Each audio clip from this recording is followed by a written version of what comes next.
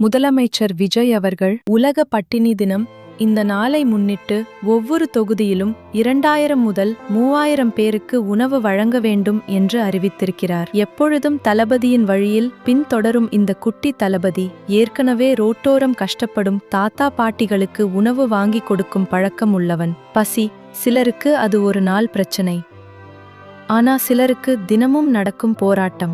இந்த வீடியோவில் இருக்கும் இந்த சின்ன குழந்தை, அதுக்கு பாலிடிக்ஸ் தெரியாது, பப்ளிசிட்டி தெரியாது, கேமரா ஃபேன் கூட தெரியாது. ஆனா ஒருத்தருடைய பசி மட்டும் நன்றாக புரியும்.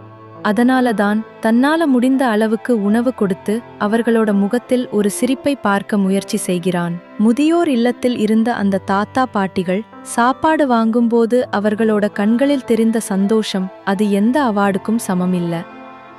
பசியின் நேரத்தில் ஒருத்தருக்கு கொடுத்த ஒரு நேர உணவு அவர்களின் மனசுல வாழ்நாள் முழுக்க இருக்கும். நம்மால எல்லாருக்கும் கொடுக்க முடியலைனாலும் நம்ம முன்னாடி இருக்கும் ஒருவரின் பசியை தீர்க்க முடியும். இந்த உலக பட்டினி தினத்தில் உங்களாலும் முடிந்த உதவியை செய்யுங்கள். பசியில்லாத உலகம் உருவாகணும்னா அது பெரிய மனிதர்கள் மட்டும் செய்யும் விஷயம் இல்ல.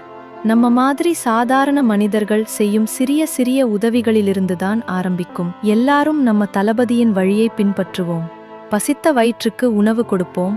ஒரு மனிதனின் முகத்தில் சிரிப்பை உருவாக்குவோம். ஏன்னா இந்த உலகத்தில் மிகப்பெரிய தானம் என்றால் பசித்த ஒருவருக்கு கொடுக்கப்படும் ஒரு நேர உணவுதான்.